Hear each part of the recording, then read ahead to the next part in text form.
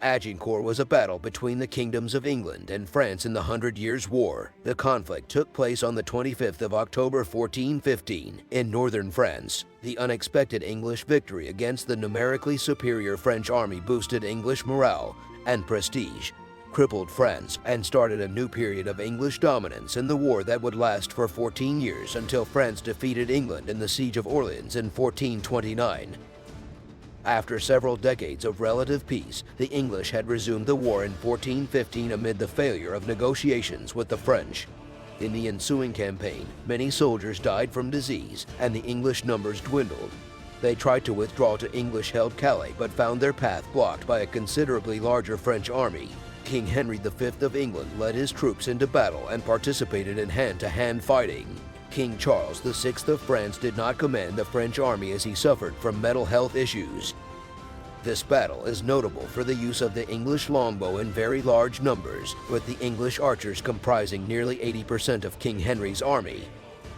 Henry V invaded France following the failure of negotiations with the French. He claimed the title of King of France through his great-grandfather Edward III of England. Although in practice the English kings were generally prepared to renounce this claim if the French would acknowledge the English claim on Aquitaine and other French lands. Henry's army landed in northern France on the 13th of August 1415, carried by a vast fleet. The army of about 12,000 men besieged the port of Harfleur. The siege took longer than expected. The town surrendered on the 22nd of September, and the English army did not leave until the 8th of October. The campaign season was coming to an end, and the English army had suffered many casualties through disease. Rather than retire directly to England for the winter, with his costly expedition resulting in the capture of only one town, Henry decided to march most of his army through Normandy to the port of Calais, the English stronghold in northern France. During the siege, the French had raised an army which assembled around Rouen. After Henry V marched to the north, the French moved to block them along the River Somme. They were successful for a time, forcing Henry to move south, away from Calais, to find a ford. The English finally crossed the Somme south of Péronne at Bethencourt and Boyens and resumed marching north. By the 24th of October, both armies faced each other for battle, but the French declined, hoping for the arrival of more troops. The next day the French initiated negotiations as a delaying tactic, but Henry ordered his army to advance and to start a battle. The English had very little food, had marched 260 miles in 2.5 weeks, were suffering from sickness such as dysentery, and were greatly outnumbered by well-equipped French men-at-arms. The French army blocked Henry's way to the safety of Calais, and delaying battle would only further weaken his tired army and allow more French troops to arrive. It is likely that the English adopted their usual battle line of longbowmen on either flank, with men-at-arms and knights in the center. The English men-at-arms in plate and mail were placed shoulder to shoulder 4 deep. The English archers on the flanks drove pointed wooden stakes, or palings, into the ground at an angle to force cavalry to veer off. Henry, worried about the enemy launching surprise raids and wanting his troops to remain focused, ordered all his men to spend the night before the battle in silence, on pain of having an ear cut off. Henry made a speech emphasizing the justness of his cause and reminding his army of previous great defeats the kings of England had inflicted on the French. The Burgundian sources have him concluding the speech by telling his men that the French had boasted that they would cut off 2 fingers from the right hand of every archer so that he could never draw a longbow again. The French cavalry charged towards the longbowmen. It was a disastrous attempt.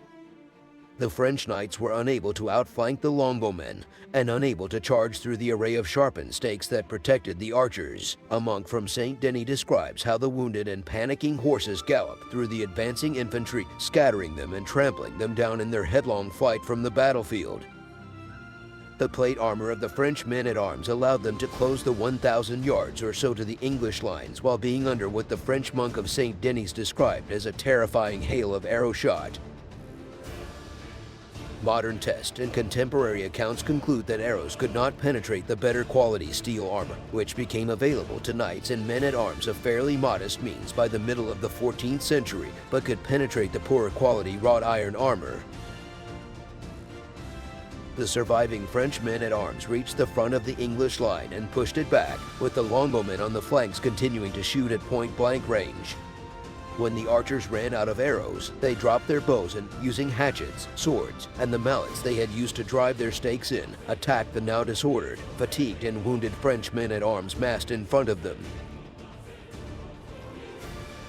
As the melee developed, the French second line also joined the attack, but they too were swallowed up. With the narrow terrain meaning the extra numbers could not be used effectively, after the initial wave, the French would have had to fight over and on the bodies of those who had fallen before them.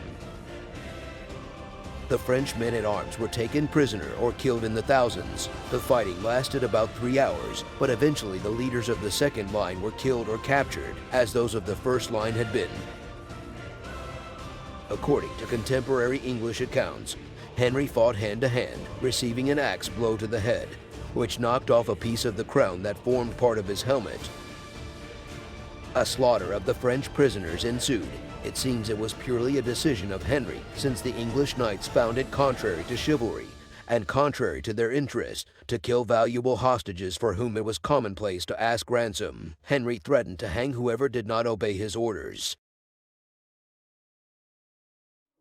According to the heralds, 3,069 knights and squires were killed, while at least 2,600 more corpses were found without coats of arms to identify them. Entire noble families were wiped out in the male line, and in some regions an entire generation of landed nobility was annihilated.